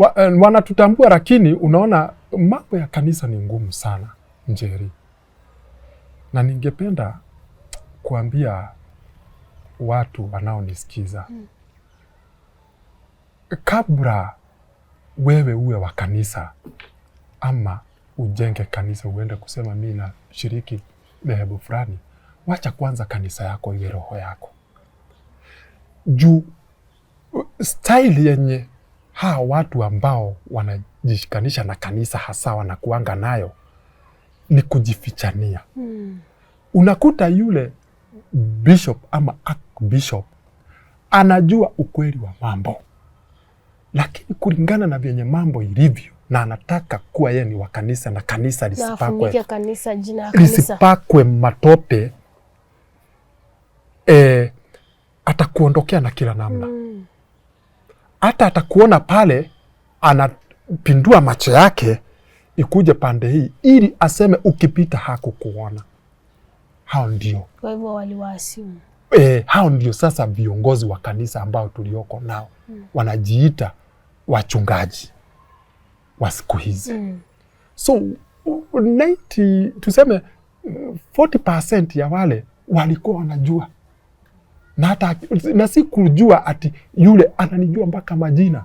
Anajua ile miaka mama wamekaa na baba na kila kitu. Lakini kulingana hapa na mimi nikiangalia na kanisa. Na nikiangalia ni kwa sababu uzito wa pesa uko pande gani. Mimi kwa maoni yangu hasa, na ni ambayo ningetaka kuambia watazamaji wetu, hivyo ndivyo ilivyo. Sasa baba atazikwa. So baba ikakuja wakati wa mazishi. Na wakati huo wote mimi na dadangu ule mdogo naweza mtolea ushuhuda na madada zangu wawili, mpaka wa leo mimi sijawahi ona babangu akiwa kwa sanduku. Hatukupewa hiyo nafasi na kanisa, na nasemanga ni kanisa. Hamkubalisha kwenda mochari venye watu wanaenda kwa? Hakuna. Hiyo sasa ilikuwa ni mchezo. Juu hata wakati wa mazishi hakuna picha zilipigwa zikaambiwa family wakuja hapa. Hiyo ilikuwa limit na ilikuwa imekaliwa chini na hawa wachungaji, na ninasemanga hii ni kazi ya kanisa. Juu kama kanisa ingekuwa inasimamia haki na ukweli, haingefanya tabia kama hizi. Na kama yule bishop ama archbishop akikosea, si kusema wewe jueni mdogo wako utakubali madhabahu yapakwe uchafu na yule mkubwa wako. hata unaweza simama kando useme na mambo ambayo inafanywa hapa hayastahili, hayapelekeani na Biblia. So mimi hii lawama yote nawekeleanga kanisa. Mimi venye mimi najua hata dadangu, mimi nakumbukanga tu babangu akiwa hospitalini kama amelala hapo, amefungwa mikono akijaribu kutoa, lakini ati kama amekufa sijaiona. Kama mkupata closure. Hatukupata, na maajabu ni kuelezea. Hata sasa nikitaka kuona babangu akiwa kwa sanduku, naingianga kwa internet, naenda juu babangu hata alilishwa kwa kanisa ile kubwa sasa Cathedral yenye inaitangwa Bahati, akiombewa huko. Lakini akiombewa kule, watoto wa huyu mzee mwenye mnaombea hapa mkimzungusha mkipaka mafuta na nini wako manyumbani, wameumiwa, wametengwa na wanazingirwa wasikaribia hapa, wasiharibu kanisa ama sifa ya kanisa. Sawa, ikafika siku ya mazishi.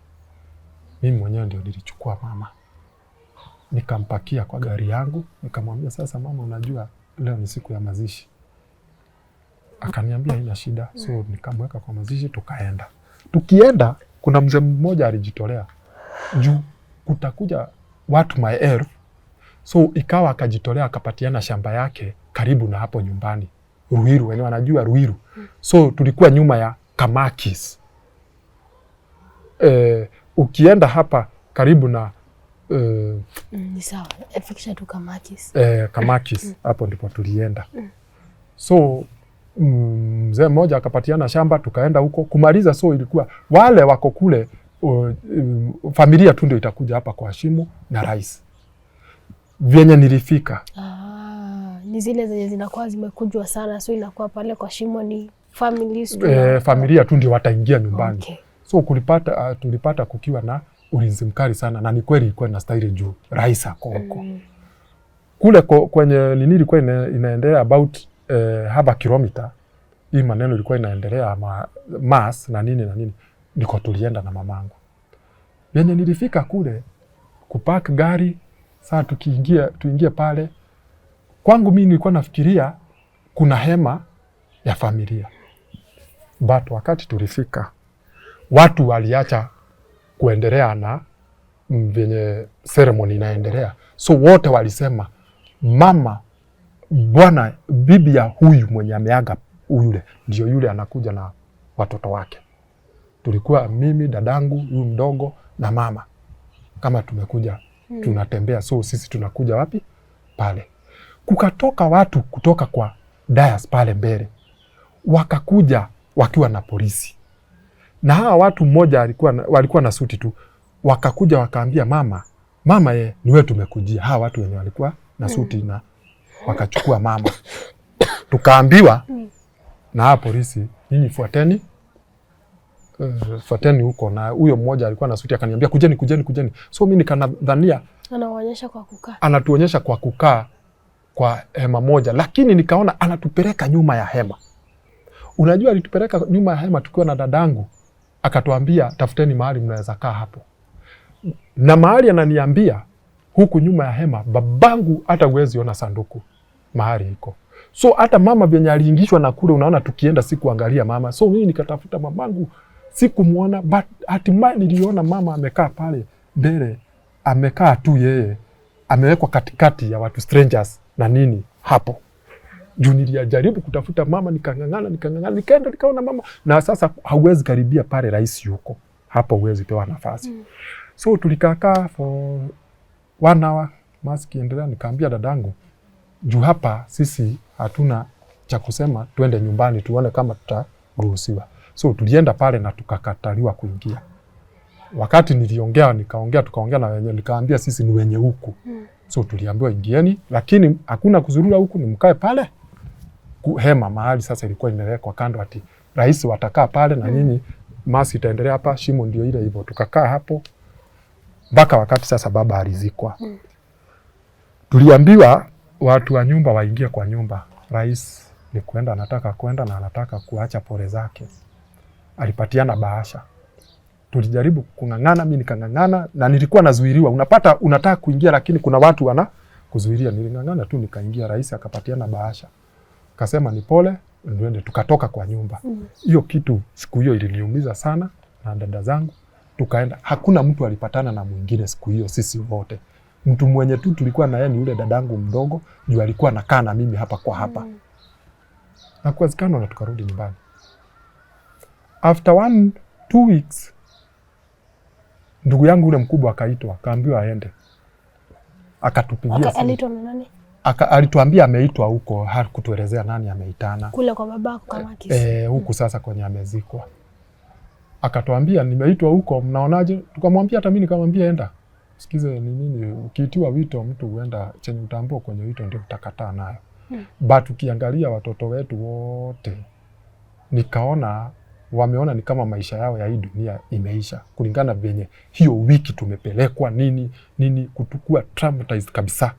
Akaenda, wakati alifika huko na kamaliza akatuambia zile pesa, ile bahasha ilipatianwa na Rais Kibaki, ndio nimeambiwa alipatiana 1400 na ikatolewa 200, nikapatiwa nikaambiwa niwaletee.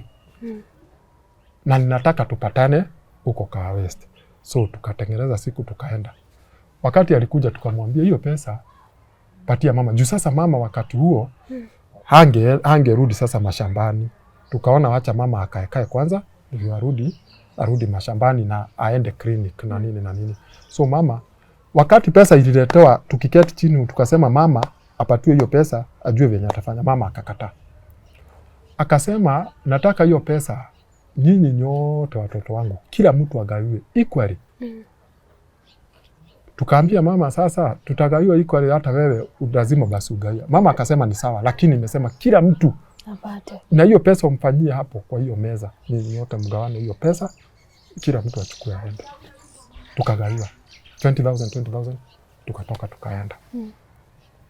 After another 1 month and a half tukaulizana kutoka baba azikwe, hakuna kitu inaongewa, hakuna nini, watu wamenyamaza. Tukaambia ndugu yangu, hebu wapigie simu utake kujua venye hiyo maneno imepangwa. Juma zeno zingine tulikuwa tumesikizana kule Kiambu, ilikuwa hizo vitu zingine ziende ziangaliwe kama ni shares za babangu venye ziko huko kwa kampuni ya kuuza mashamba venye ilikuwa imeendelea. So ikanyamazwa pap.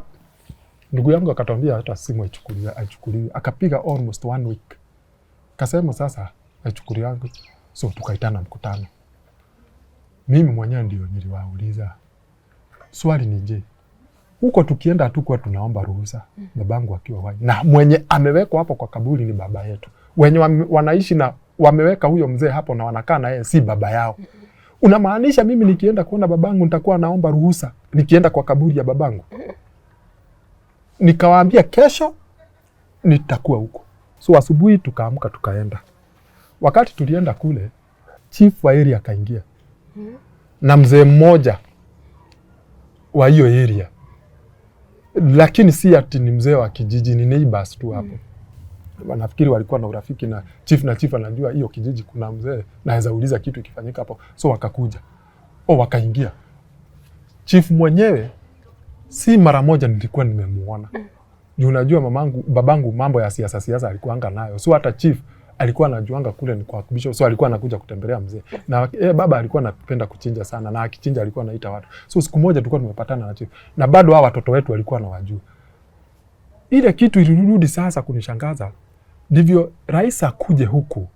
Chief ni mmoja wa mpango wa hii maneno haezi achwa nyuma. So hata wakati tulisimamisha mazishi, chief alifuatilia juu serikali haingetaka kupewa maneno ya uongo. So chief aliweza kuelezea kinagaubaga ati kuwa hawa watoto ni wa huyu mzee. Na wenye si wa huyu mzee ndio hawa wenye hapa. Kwa hivyo ujue wakati wale wamefungisha ni wao hasa biological sons and daughters za huyu mzee. So chief wakati alikuja ametusalimia vizuri sana na tukakaa. Akatuambia mmekuja mnatakaje? Tulifanya. Chief nilimpatia mimi mwenyewe minutes za ile mkutano. Akaangalia, akasema so hata chief mwenyewe akasema mama si kuje. Hii maneno. Chief nani alikuwa amemuita? Chief nilikuja kugundua baadaye ni kama mama ndiye alimpigia simu juu mama hatoki na hakuji. So wakati alikuja, so hata sisi tukajua okay mama anakuja. Dakika hiyo chief naye akasitisha, simama basi akuje. Dakika hiyo kukaingia gari ya hizi za security. Wakati huo na yeye mama ameshuka, nikamuona kwa corridor. Akasema, nini mmekujia huku? Na akaambia dadangu, kwanza wewe si nilisema huku sikawahi fika. Hiyo ndio siku ya kwanza kuona sasa huyo mama akikaa ni kama atatutolea ukali. Wewe si nilisema huku, au kuambia nilitumana nikasema huku sikawahi kuja. Sasa dadangu akamuuliza, unaniambia kwa babangu nisikuje? Kwani babangu wakati ameenda kaburini ndivyo wewe unaongea kusema ni hapa nisikawahi kuja?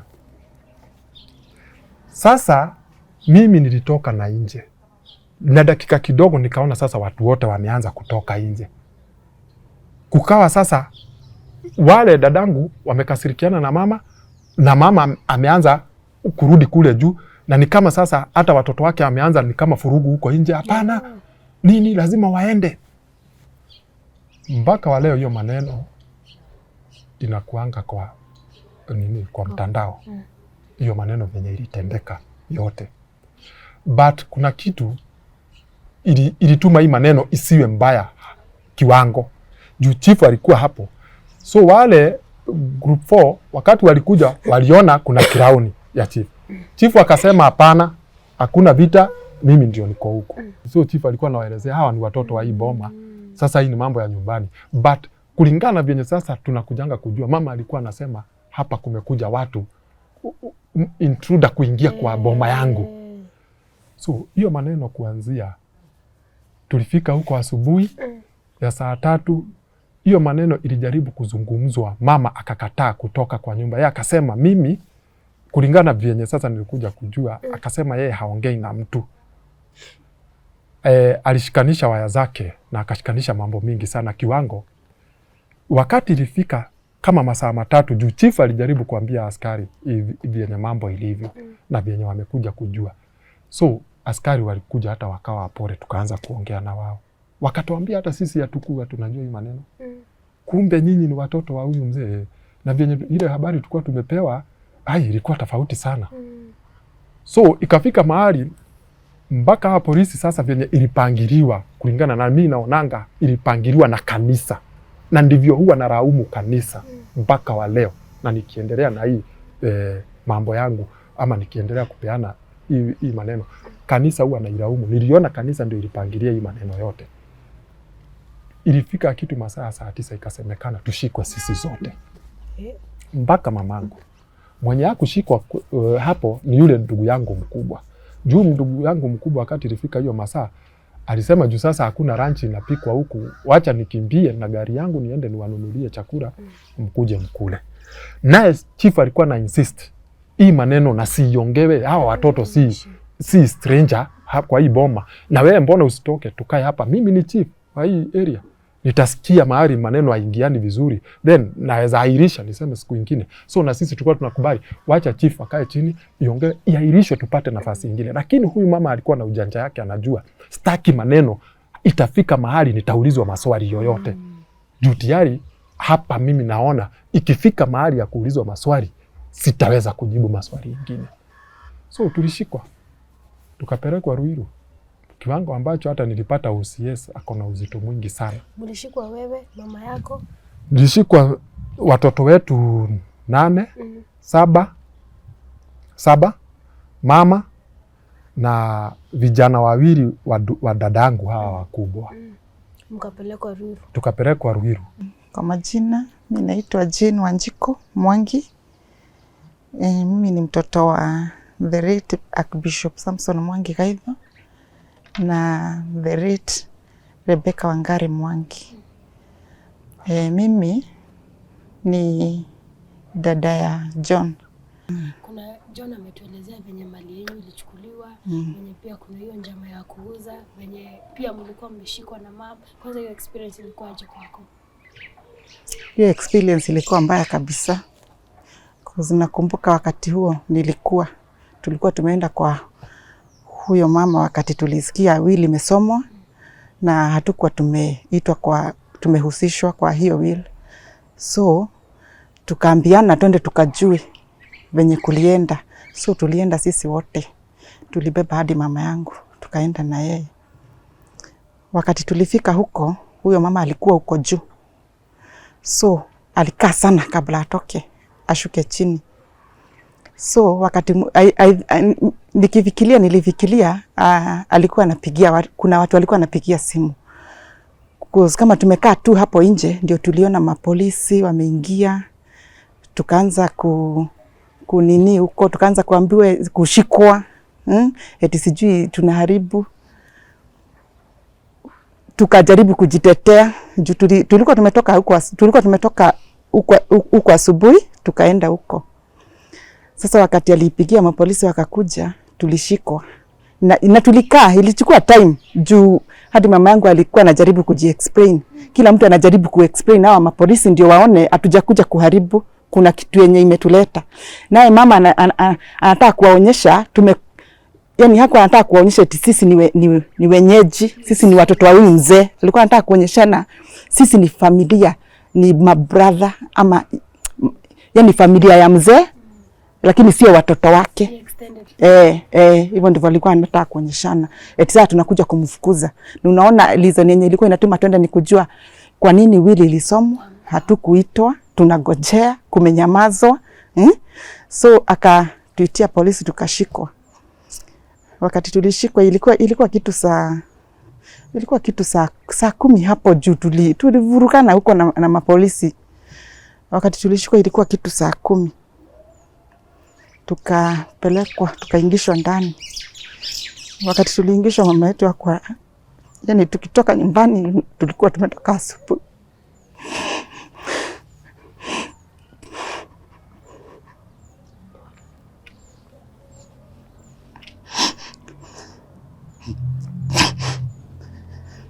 Kwa hivyo hatukuwa tumekula kitu. Mama yetu alikuwa na ugonjwa wa sukari. So alikuwa na njaa. Na tulikuwa tumezoea kila wakati, yani ile kitu tulikuwa tumebeba tukienda huko juu, tukua tumeenda eti twende vita, tulikuwa tumembebea tu maji. So ile maji juu ya venye tulikuwa tunavurugana huko, ana shout, unaona ni mtu ana nini mzuri, ana shout, anajaribu kuexplain. So alikuwa amenini sana na maji. So ile maji alikuwa amemaliza tukiingishwa huko ndani. Wakati tuliingia alikuwa na njaa. Na I think huko hatukupewa kitu. Sijui ama walikuwa wamekula ama nini. Hakuna kitu tulipewa, tulifungiwa sisi wa mama room moja, madada zangu wote room moja na mama yetu, na mabrother zangu nao waliingishwa hii room nyingine. Wakati tuliingia huko ndani kulikuwa na baridi. Kulikuwa na baridi huko chini juu tulikuwa tuna career floor. So watu wa masista zangu wenye walikuanga na sweta ndio tulikuwa tunaomba sweta.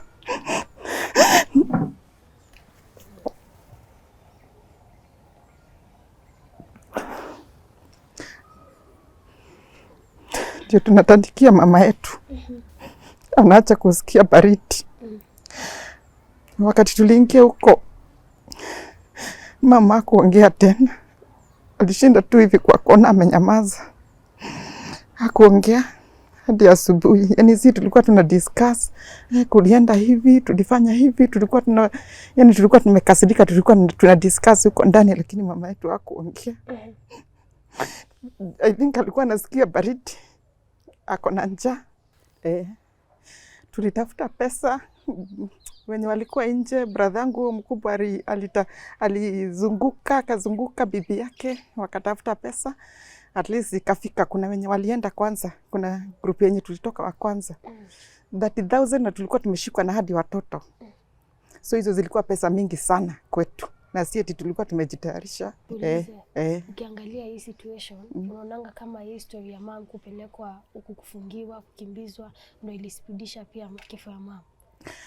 Kutoka hiyo cell, wakati mama alitoka huko, mama hakuwa ipumzika kwa nyumba. Alikuwa anatolewa hiyo hospitali, anapelekwa ingine. Akikuja anakaa 2 weeks anapelekwa ingine. Yani hadi hii mambo sasa ya venye tulikuwa tunaenda kushughulikia mambo eti sijui ya wira haijasomwa sijui nini, kwanza tukaachana nayo. Juu sasa madada zangu, mabrother zangu walianza kushughulikia mam ni mgonjwa, dawa hizi, yani alikuwanga na stress. Tukikaa chini ni kuongea mambo za familia, sijui kulienda aje, shamba yetu ya wapi haiko imeandikwa kwa hiyo will. Tukienda kuongea hivyo, tukiona mama lazima tunyamaze. Juu alikuwa anasikia vibaya kabisa. Na kutoka hapo huyu brother yangu John ni alikuwa ameendea mama yangu ndio akuje mazishi. Akuje mazishi ya baba yangu. Na kutoka hapo mamangu hakurudi ushago tena. Na alikuwa ameacha ng'ombe. Aliaga. Hakurudi tena. Nikuulize.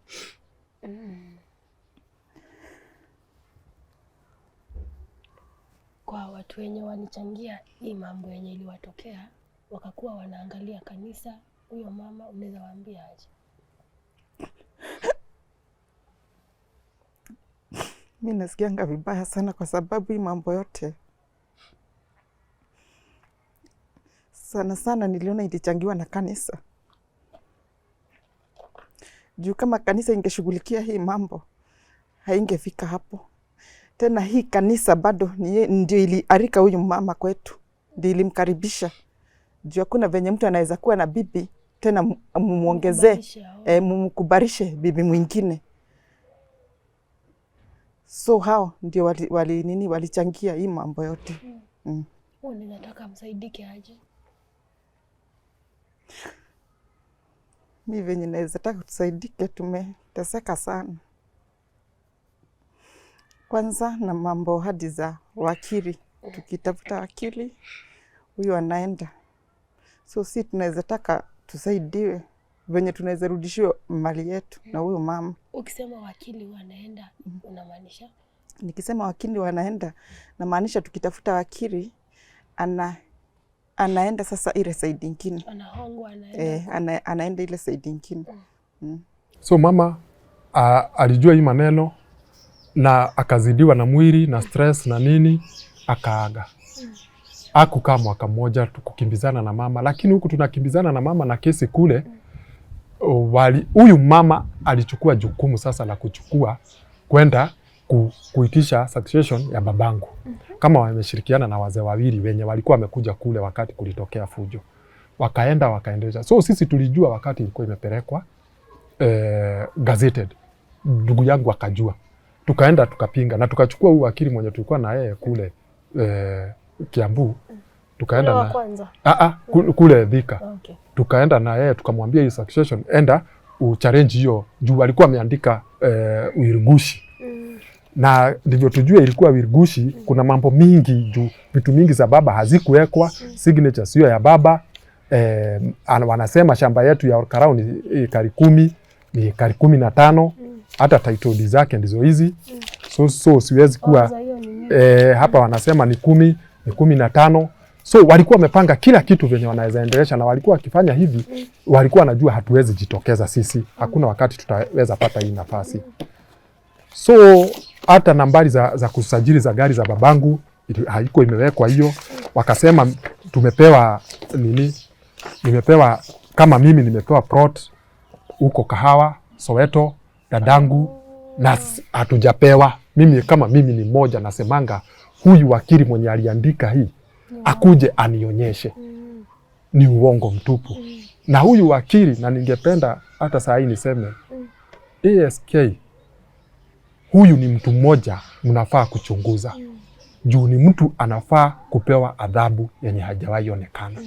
Na nirudi niseme hivi, kama CJ anaweza nisikiza na mtu yote mwenye anaweza nisikiza, mimi niko tayari kutoa ushuhuda ama niweze kuelezea kinagaubaga nia ya huyu wakili na huyu mama Chiaridi wa National Chiaridi wa AIPCA. Ili CJ yawache kusema kuna cartels ndani ya koti. Mimi mwenyewe niweze kuelezea vyenye cartel hufanya kazi ndani ya mahakama na aweze kujua ni nani cartel. Nipatie cartel ngapi? 2 ambao wamefanya hii kazi. Juu kutoka 2021 niliwacha kazi ili nichunguze hii maneno, na nikaambia mpaka dada zangu, mimi nitawacha hii kazi niweze kuchunguza hii maneno, nijue vyenye mahakama inaweza tunyima mali ya baba yetu. Na kuja sasa vyenye nimekuja kugundua, kwa hapa hauwezi laumu mahakama. Lakini hii ni mchoro ya huyu wakili na huyu mama, wanajificha na koti wakifanya haya masaibu yote. Wanajificha kivipi? Muko kotini, lakini mali ya babangu bado inauzwa. Inauzwa ikibadilishwa majina. Na ningetaka sana jaji mkuu anipe hii nafasi ili tujue hii njia huyu mama amepita na amekuwa akipita ni njia gani, ili tutoke kwa mahakama tuwe tunapita hii njia. Juu hata mimi naonanga hii njia ni rahisi kuliko sasa. Saa hizi mimi natumianga pesa, watoto wetu wameuza, mimi nimeuza gari, watoto wetu kuna mwenye ameuza plot, tukikimbizana na mali ya babangu. Lakini hiyo mali ndio inatumika sisi kutukandamiza. Na mtu anachukua na anauza na huwezi muuliza swali. Ndio nasoma hapa hii wile yenye ndio nasema ni gushi. Ni gushi na ndio inatumika mpaka saa hii. Hii nasema babako alisema mamako alimwachanisha kama ako place mbaya. Ndio. Hiyo miaka yote. Na watoto wanani? Watoto wa huyo sasa mama Ken. Wameandikwa hapa wakiwa wa kwanza, ni hawa wa kwanza. Ndio hawa wa kwanza. 7. Ako na watoto wa 6. Hapana, hayuko na watoto 6. Ndivyo nasema hii will na ninaweza omba sana Wakenya wakubali. Na watoto wetu wamekubali na familia. Iwe funzo. Tukubaliwe sisi kama watoto wa the late Archbishop Gaitho. Hii maneno tuwekelee juu ya meza, dunia mzima ikiona. Ili tuelezee hawa watoto umeona ni wangapi. Nimesema huyu mama amezaa watoto 5. Lakini hapa ukisoma kwa will unapata watu ni 7. Ni 7, watoto wamewekwa 6. Huyu wa kwanza. Ili niweze kuelezea huyu msichana as a wife. Okay. Ili niweze kuelezea huyu msichana mmoja mwenye amewekwa hapa, amewekwa kwa nini? Ni nani? Huyu mtoto, huyu msichana anaambiwango baba. Patricia Wanjiku mwana. Exactly. Anaambiango babangu alimchukua kama mtoto, alimuadapt. But hapa kuna uongo chungu zima ambao naweza elezea nikipewa hiyo nafasi. Na sisi tunarudi sasa, tunawekwa wapi? Ukirudi ugundue hii will yenye imeandikwa na huyu. Nitatajia tu kidogo tu, taguzia.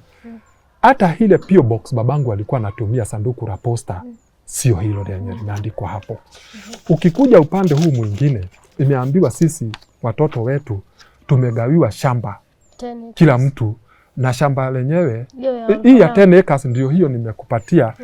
Title deeds ndizo hizi, ni ekari 15, lakini hapa wameandika juu walikuwa wanataka wauze hizi zingine 5. Na imefanyika hivyo juu kuna shamba imeuzwa Kamakis, ikakatakatwa plot na huyu mama na akauza. Hapo mahali babako amejenga alikuwa na plot zingine. Ako na plot zingine, alikuwa na shamba ngapi? Na hizo shamba ndizo hizi bado zimetajwa wapi? Kwa will. Hapa. Lakini ameuza aji bila kupewa ruhusa na koti. Na kama amepewa ruhusa na koti, but atokeze aseme koti ilimpea hiyo ruhusa. Mahali ninaongea kuhusu.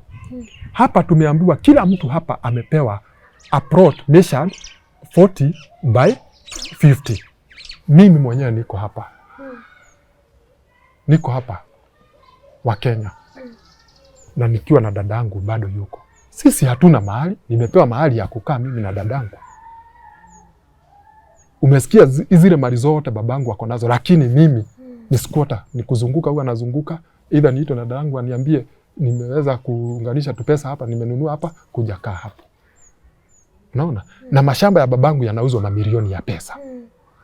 Akarudi the same hii will, ukiona nikiongea kuhusu kanisa, na nitaongelea kanisa miaka yote nitaishi kwa hii dunia, imetajwa kwa hii will gushi. Ati chochote ambacho kanisa itapatia. Kwa hivyo hapa ilikuwa mpango ya kanisa. Na ombi langu ni moja tu. Ombi langu ni moja tu. Wewe askofu mkuu wa hili kanisa babangu alikuwa anaongoza.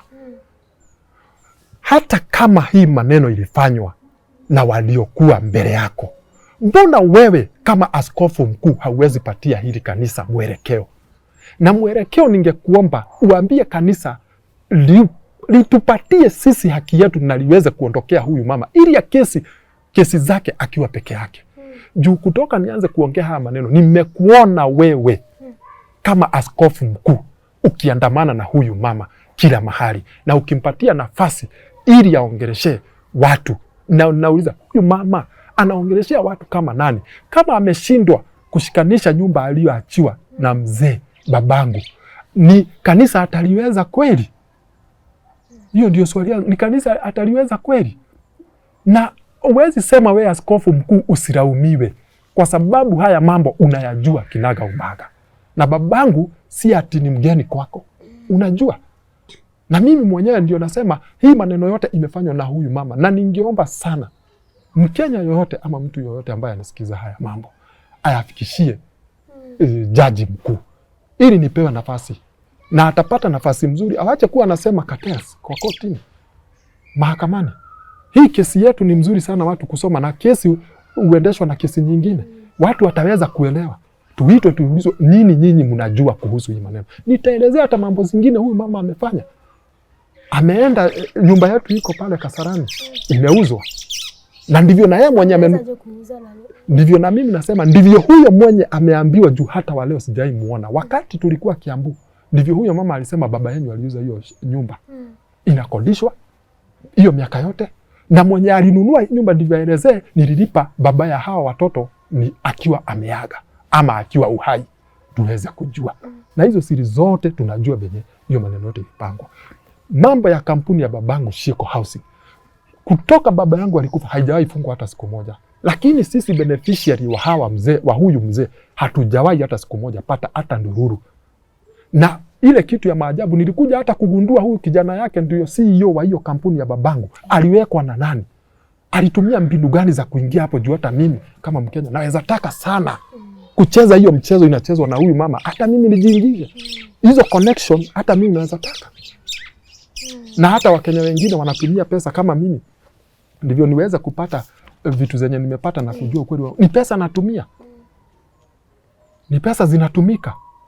Lakini unaona hii kesi iko mahakamani, lakini unaweza kuja hapa uraumu mahakama, lakini sio mahakama.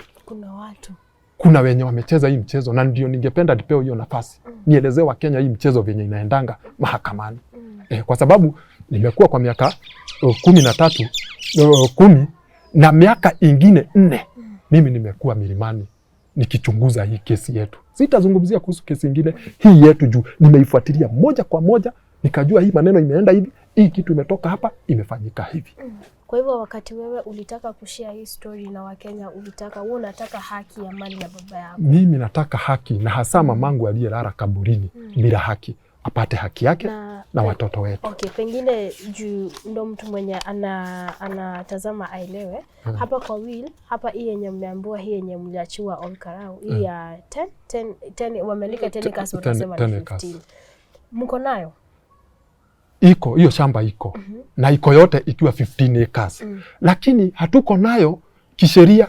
Juu hata sisi tuko hapa kusubiri koti iamue. Lakini haitawahi amuliwa hata ikienda miaka 100. Isipokuwa ni haya maongezi sasa nimeongea. Ikaenda kwa ile masikio, haingetaka hii maneno isikike na watu wengine. Hata kama hii kesi ingeenda miaka 100, haingemalizika na vitu za babangu zote zingeuzwa. Zote ziishe. Na huyu mama. Mimi siongei kuhusu mtu mwingine. Na ningependa Wakenya wanielewe. Mimi siongei kuhusu mtu mwingine mwenye amefanya hii kazi. Ni huyu mama na wandani wake. Mwenye ni national chairidi wa AIPCA Church. Kanisa ambalo babangu aliongoza.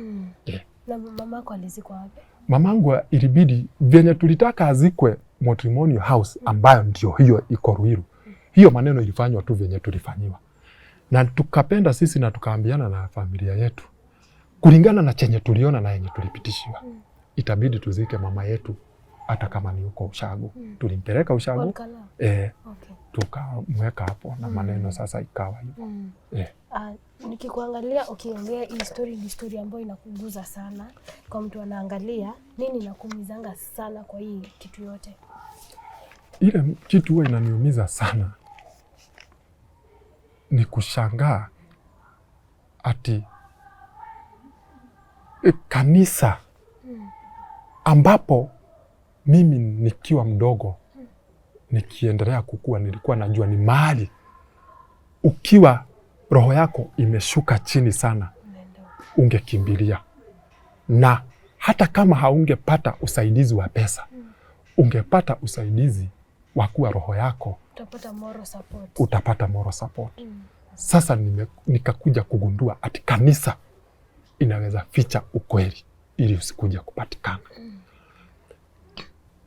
Nikirudi tena niangalie mimi nikiona babangu alituzaa na tumezaliwa kwa hii boma yetu tukiwa watoto 1, 2, 3 mpaka 9, na kanisa bado inasimama pale inatuweka kivuli.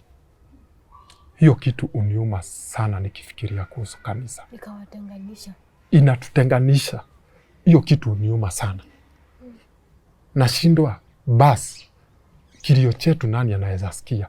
Juu society huanza kwa nyumba, inaenda kanisa, ndivyo nchi ikuje na dunia iwe.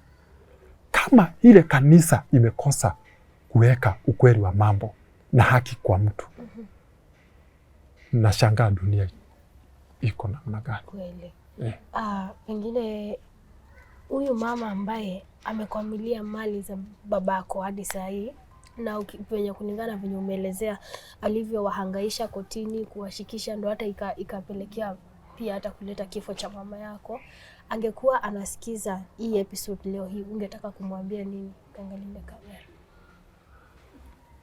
Ningependa kumwambia hizi, sisi zote tulikuwa na mwanzo wetu na bado tutakuwa na mwisho wetu. Upate moyo wa huruma. Wewe ni mama na niko na uhakika umezaa kama vyenye mamangu alituzaa. Unajua uchungu wa mwana, na kama unajua uchungu wa mwana na bado unajua kuna Mungu juu mbinguni ubadilisha mambo, pata dakika moja tu ya kuhurumia mamangu aliye kaburini. Na kuhurumia mamangu ni kuhurumia watoto wake ambao wanahangaika. Mamangu alitoa jasho yake na akiwa na babangu wakatafuta mali ambao wewe umejua umeikaria na sio ya wizi, ni mali halali ukaikaria. Kuwa na nafasi na dakika moja tu ya kusikilia mamangu huruma ili urudishe roho yako chini na mori uweze kufanya haki kwa watoto wake. Asante. Kuna kitu kingine ungetaka kusema? Mimi ningeambia Wakenya watuombee. Wao ambao wanajua kuna Mungu juu mbinguni. Unaweza shindwa chenye unaweza tusaidia nayo, lakini kwa sasa tunaomba maombi. Ukipata tu dakika moja, ambia Mungu kitu juu yetu sisi watoto wa The Late Archbishop Samson Mwangi Gaitho, na najua kwa maombi yako mambo yataenda sawa. Okay. Kwa mtu ambaye mwenye anaweza taka kuwa anataka kuzungumza na wewe, mwenye maybe anajua venye anaweza wasaidia, anaweza kupata aje? Venye anaweza nipata nayo, namba yangu sizimangi. Anytime, any day, mimi uchukua simu. Ni 0727 81 84 81. Utanipata na hiyo namba 0727 81 84 81. Okay, asante sana pia hata kwa kutengeneza hii time ukuja kushare story. Pengine ni watu wengine wengi wanapitia kitu yenyewe pia nyinyi mnapitia. Tunaonanga, tunasemanga watoto wa ile familia sijui walienda wapi venye baba yao alikufa, but I guess now after watching this episode even Kenyans will understand kitu yenye huwa ina happen behind the scenes, ndio. Na sisi yangu ni kuwish all the best na kuombea peace of mind, kwa sababu hata nikikuangalia ukishare I can see the depth of how much you've been hurt and how much this has affected you. So for me is to pray for you that Mungu atawaangalia, na kama kanisa iliwatenga, si Mungu aliwatenga. Everything can happen, ndio. Kila kitu ita work for your best, ndio? Uko sawa sasa? Asante sana. Asante sana. And to you, our viewer, thank you for sticking with us up to this point of today's episode. As usual, remember that his number will be on your screen and also on the pinned comment below. Kindly, if you can assist the family in any way that you are able to, kindly reach out to him and assist them accordingly. And also, we have noticed that a number of you have not subscribed to our channel, yet you're watching our videos, which we really appreciate, and that is why we're asking you to take a moment, subscribe, share this video with your friends. Until next time, my name is Njeri Mercy. Just keep it tuko.